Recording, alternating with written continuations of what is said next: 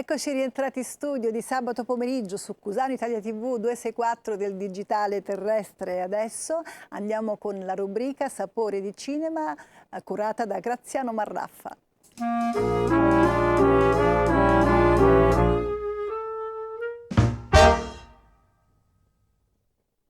Buonasera, bentrovati. Oggi parleremo del cinema italiano durante il secondo dopoguerra. Abbiamo alle spalle il neorealismo. Nel 1945 uno dei primi film che affronta questo tema è La vita ricomincia di Mario Mattoli, un titolo già emblematico. Abbiamo nel cast Alida Valli, Fosco Giachetti e non a caso Edoardo De Filippo, in quanto anche la struttura del film, dove un reduce dalla guerra appunto ritorna al suo paese, noterà che ci sono stati dei cambiamenti anche all'interno della sua famiglia, delle tragedie, richiama un po' anche la trama di Napoli milionaria che Edoardo portò in teatro con straordinario successo nello stesso anno. Questa tematica dei reduci che tornano diventa protagonista anche di un film di Alberto Lattuada, Il bandito, con Anna Magnani e Amedeo Nazzari, che diventano ulteriormente i divi di questi decenni cinematografici. Qui vediamo appunto il manifesto originale del film ed è una vicenda un po' simile. C'è sempre un reduce che ritorna nella sua città natale e trova addirittura la sorella in preda alla prostituzione in una casa di tolleranza. Questi film si avvicinano poco alla volta nello stile anche al noir americano, quindi c'è questa struttura narrativa da parte di questi autori che stanno diventando i nuovi autori del nostro cinema, che nella tecnica cinematografica si rifà anche un po' al modello del noir americano. Successivamente nel 1946 Renato Castellani, un altro grande regista purtroppo dimenticato, dirige Aldo Fabrizi in una delle sue interpretazioni più straordinarie nel film Mio figlio professore, dove viene un po' riassunta la vita italiana a partire dall'inizio della dittatura fino a quegli anni del dopoguerra, e dove i sogni di un bidello che voleva una accezione migliore per il suo unico figlio e farlo diventare appunto un professore rivela poi dei tratti molto duri, molto drammatici. La scuola diventa protagonista anche del cinema nel film di Pietro Germi, Gioventù perduta, uno dei grandi maestri del nostro cinema.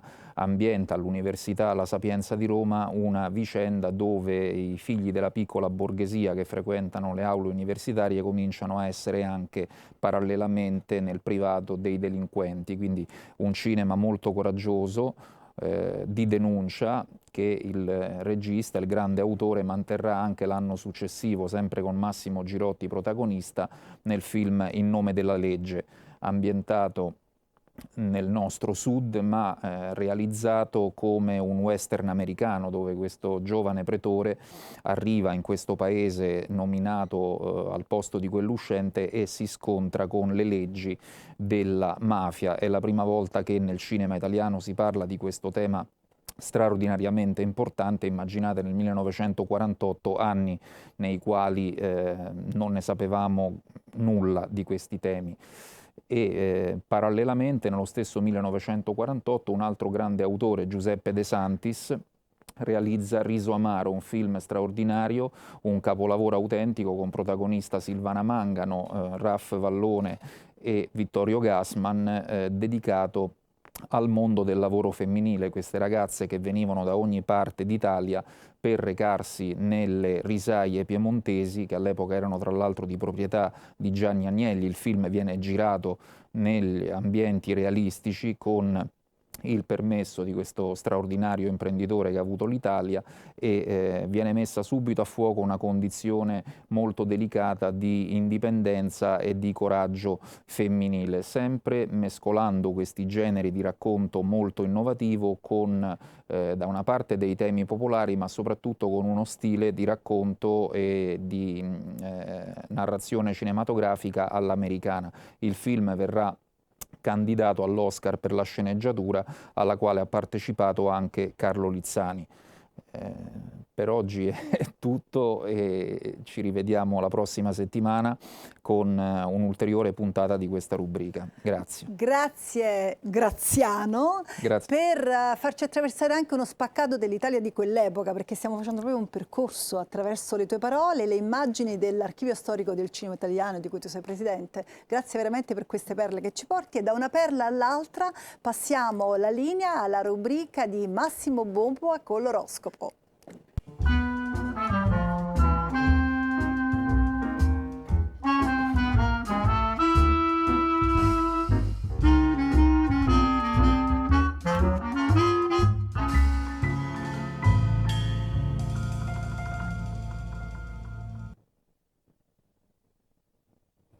Ecco, e quindi siamo ritornati a rivedere uscimmo a rivedere le stelle, e sulla base di questa osservazione che continuiamo a fare, adesso continuiamo il discorso dell'altra settimana.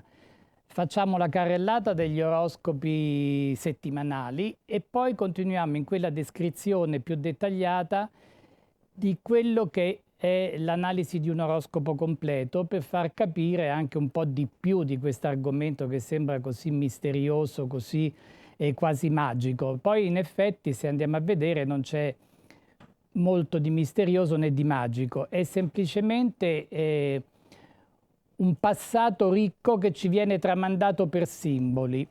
È questo schema, questa macchina tipo enigma, tipo la macchina che creò Alan Turing per decifrare enigma, per capire questi messaggi che cosa volevano dire. E se noi ci concentriamo un pochino possiamo vedere, e può ritornare utile come supporto per capire quello che ci sta succedendo, perché stiamo passando un periodo più difficile, un periodo in cui le porte si aprono più facilmente, in cui tutto è più facile. Questo è quello che ci hanno tramandato gli antichi. Tutti i popoli dell'antichità hanno studiato queste cose e le hanno applicate addirittura nei governi. Addirittura proprio ci sono stati moltissimi capi di Stato, moltissimi regnanti, moltissimi re, papi, perché l'astrologia, voglio qui ricordare, che era ampiamente conosciuta e usata anche nella Chiesa fino alla Controriforma, quando appunto divennero più intransigenti. Ma ecco, adesso vi dico una piccola curiosità che dovrebbe far riflettere molto, far pensare che Galileo doveva essere giudicato da un famosissimo frate domenicano, Ludovico Visconti.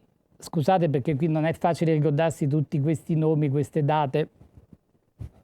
E questo frate domenicano doveva essere il grande teologo che doveva giudicare gli scritti di Galileo per verificarne la giusta ortodossia.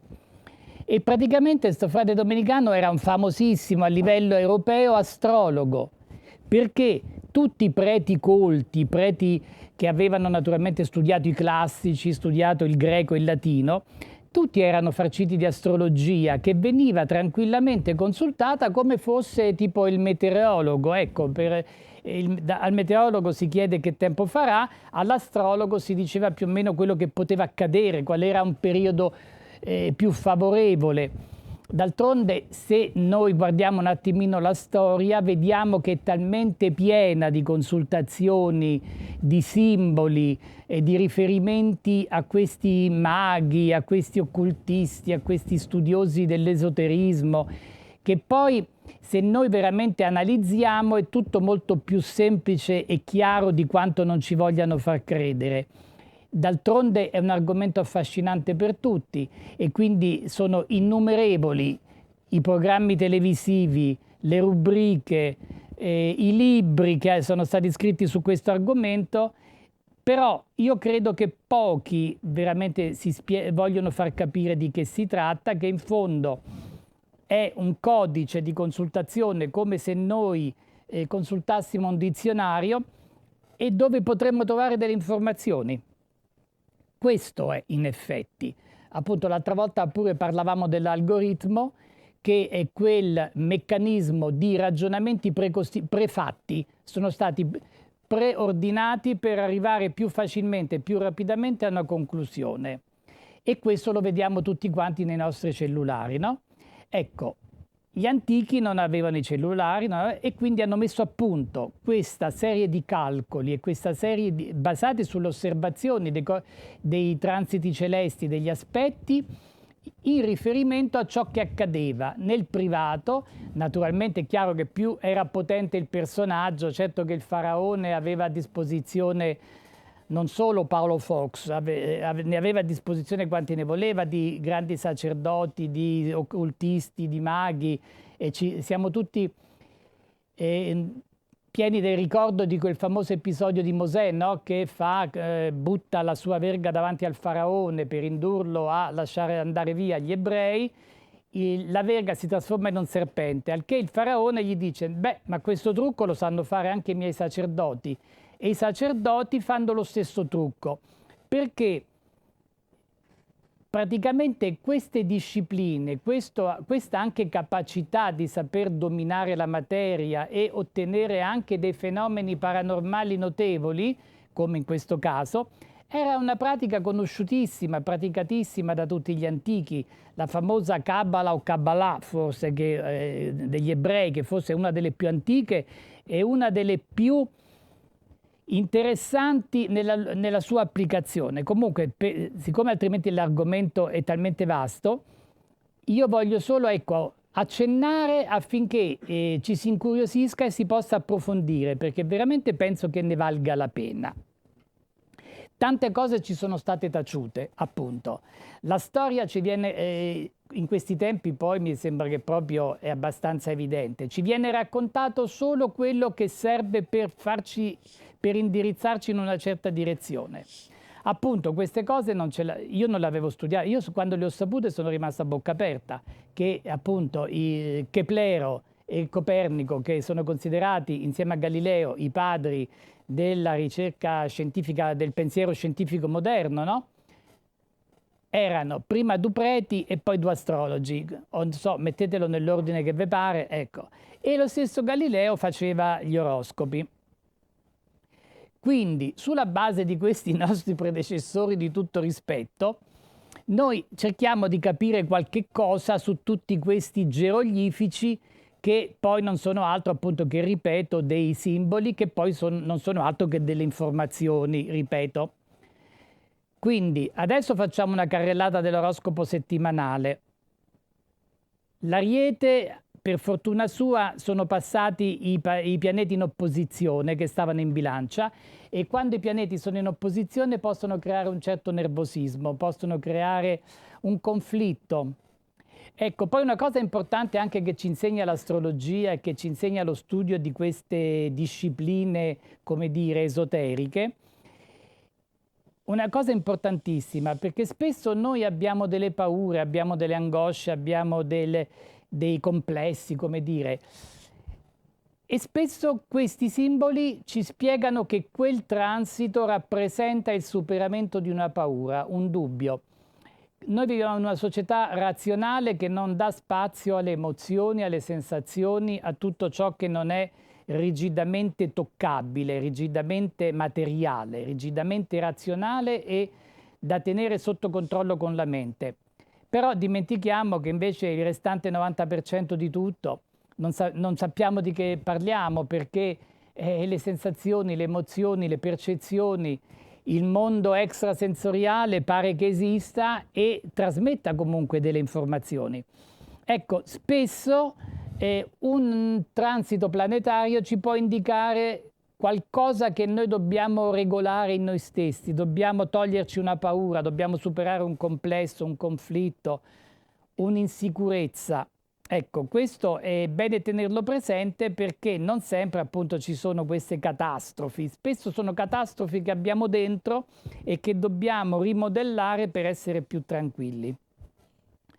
I tori stanno sempre con questo Giove in casa e quindi chiaramente sono i super favoriti, specialmente quelli al centro del segno, perché poi bisogna sapere che bisognerebbe essere molto precisi nell'analisi, perché non è proprio che tutti i tori stanno passando. Quelli che sono toccati da Giove e in questo momento anche dal trigono di Venere, quindi chi è nato al centro del Toro, al centro della Vergine, al centro del Capricorno, secondo l'astrologia è veramente molto favorito, perché c'è questo aspetto che è estremamente positivo. I Gemelli sono in una fase un po' di attesa, perché sono finiti gli aspetti positivi, quindi stanno un po' così. Venere è quadrata, quindi possono non sentirsi completamente in forma, possono accusare qualche piccolo disturbo, perché spesso quando noi non ci sentiamo in armonia con noi stessi somatizziamo, ci sentiamo male pure se non ci stiamo, cioè ci può sembrare che abbiamo qualcosa che non va. Ecco, i Gemelli possono stare in questa fase, visto che Venere è in aspetto negativo nella Vergine e non li favorisce. I Cancri, di cui faccio parte, per fortuna siamo appoggiati da questa Venere in Vergine dai pianeti nello Scorpione e quindi stiamo in una fase di grande attività, di grande euforia, di grande energia, perché quando i pianeti sono messi bene significa anche che abbiamo molta energia a disposizione, il che è una cosa importantissima, perché già partire con una spinta, non a caso i segni di fuoco, che sono quelli più energetici, sono sempre un po' avvantaggiati rispetto agli altri. Perché? Perché stanno sempre in prima fila pronti a partire, sono sempre pronti a conquistare, sono sempre pronti all'attacco, e in questa realtà di questo mondo avere questo tipo di atteggiamento può essere una carta vincente sotto certi aspetti.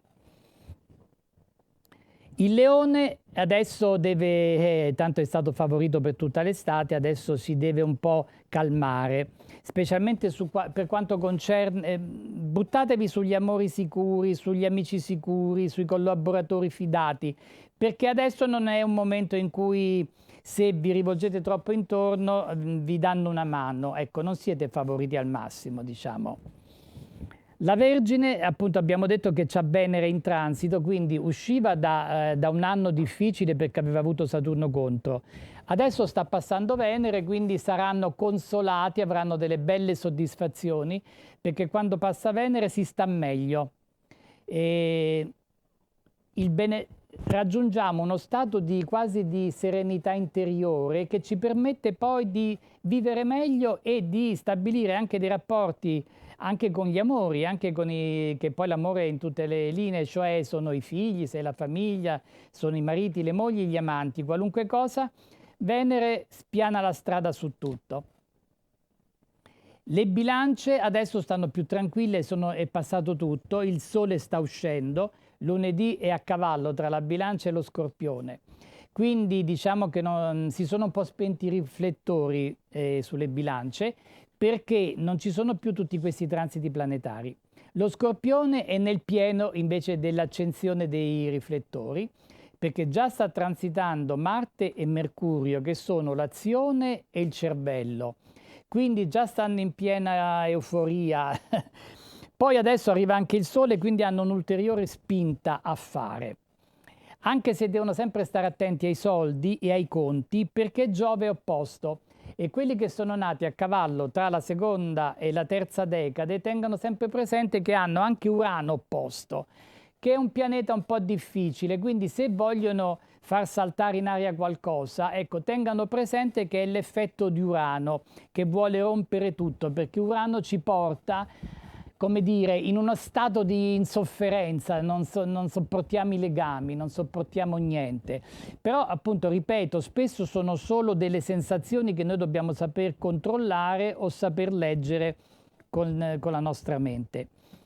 I Sagittari, pure loro come i Gemelli, hanno Venere quadrata, quindi proprio non brillano, diciamo, ecco, non si sentono proprio al massimo della loro forma.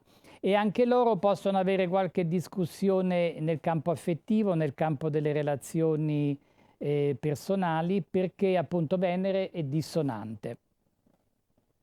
Il Capricorno è super favorito invece perché praticamente quasi non ha aspetti negativi, anzi no, non ce l'ha proprio, ha solo aspetti positivi. C'è qualche Capricorno qui tra i fortunati? Allora, il Capricorno, specialmente quelli nati nella metà del segno, veramente dovrebbero vivere un periodo d'oro, un periodo in cui risolvono anche vecchie questioni, perché gli aspetti sono talmente buoni che anche qualche problema che si portavano appresso da tanto tempo potrebbe essere risolto. Gli acquari iniziano la settimana con la luna che passa, quindi hanno delle novità. Quando arriva la luna ci si sente sempre un po' come se ci si fosse appena alzati dal letto e da un bel sogno. Dice, oddio, che ho fatto, che ho sognato? È uno stato d'animo. Poi la luna è effimera di suo, si dice che hai la luna di traverso, la luna è mutevole, come diceva Shakespeare, no? Però c'è. Anche se sono effetti transitori, effimeri, non troppo tangibili, però hanno la loro importanza, perché anche quando noi abbiamo una buona intuizione, spesso ci salva la pelle. Ecco, tra l'altro vi faccio riflettere su un dato molto importante, perché si dice che vai a dormire perché la notte porta consiglio? E quindi evidentemente a tutto c'è un perché, no? Gli stessi proverbi, anche loro sono dei simboli, sono delle sintesi di esperienza. La notte porta consiglio perché? Perché finalmente mettiamo a tacere la parte razionale, la parte dove dove ci insegnano a vedere le cose solo in un certo modo. Ma non è detto che le soluzioni della vita siano per come ce le hanno insegnate, né in famiglia, né a scuola, né sul lavoro, e nemmeno chi ci governa, perché ci raccontano sempre tante cose, sempre ad usum delfini, cioè sempre per i fatti loro.